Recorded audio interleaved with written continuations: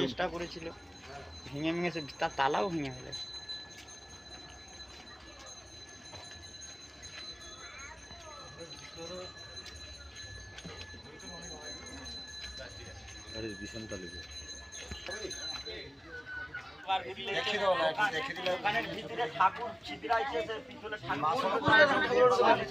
কোনখানটা একটু দাম পাটা একটু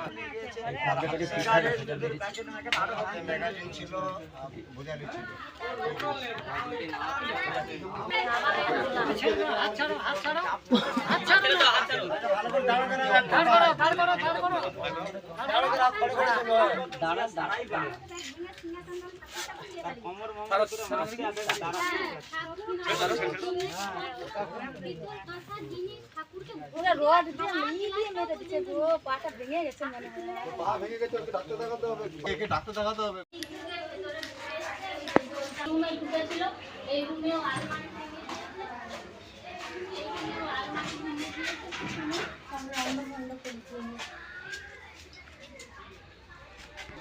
ভালো লোক চলে যায়।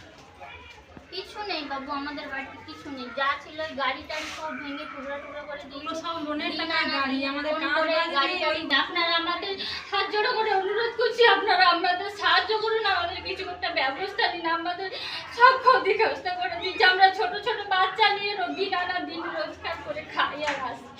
আমি এই প্রেগনেন্ট অবস্থায় আমাকে হাত ধরা টানাটানি করে খুব মারামারি করেছে। আপনাদের কাছে এটাই অনুরোধ, আপনারা আমাদের জন্য কিছু একটা ব্যবস্থা করুন। না আবার আজকে রাতের বেলা ওরকম করবে, আজকেও বল দিচ্ছে, বলে আজকে রেশন ধরতে গেছে, রেশন দোকানে বলে রেশন দিবনি, বলে রেশন দিবনি গিয়েছিল আমার শাশুড়ি মা, ওনাকে বলছে দিদি রেশন দিচ্ছে, দিদির পয়সা, দিদি লক্ষ্মীর ভান্ডার দিচ্ছে, চাল বলে রেশন দিবনি। আমাদের কি গালাগালি করে, চাল খাচ্ছ দিদির টাকা নিয়ে তো কিছু ছাড়া লজ্জা লাগে, দিদির বিরুদ্ধে এইরকম করতেছো।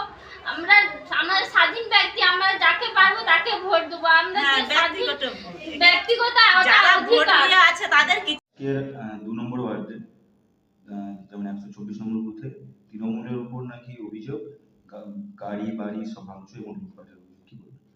আমরা তৃণমূল কংগ্রেসের কর্মী, নেত্রী মমতা বন্দ্যোপাধ্যায় আদর্শিত নেতা অভিষেক বন্দ্যোপাধ্যায় আদর্শিত। আমরা তৃণমূল কংগ্রেসের কর্মী, বদলা রাজনীতি করি না। আমাদের নেত্রী মমতা বন্দ্যোপাধ্যায় তিনি ক্ষমতায় দখলে এসেছে, ক্ষমতায় এসেছে বদলা নয়, বদলের রাজনীতিতে।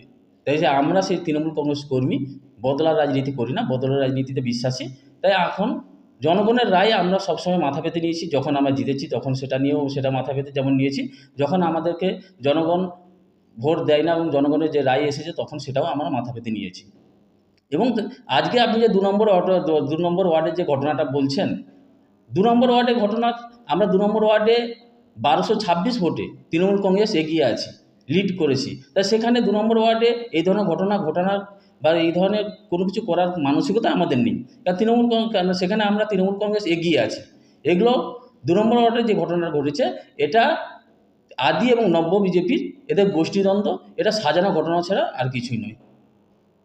এখন পুলিশের কাছে অভিযোগ জানাচ্ছে তৃণমূলের যারা ওখানে আধিকারিকরা আছে তারা নাকি ঘটনা করেছে। যদি পুলিশের কাছে কমপ্লেন হয়ে থাকে তাহলে সেটা আমাদের দলের তরফ থেকেও সেখানে কমপ্লেন যাবে যে এই ধরনের কোনো ঘটনা তৃণমূল কংগ্রেস কর্মী করতে পারে না, কারণ তৃণমূল কংগ্রেসের কর্মীরা এই ধরনের শিক্ষায় শিক্ষিত নয়।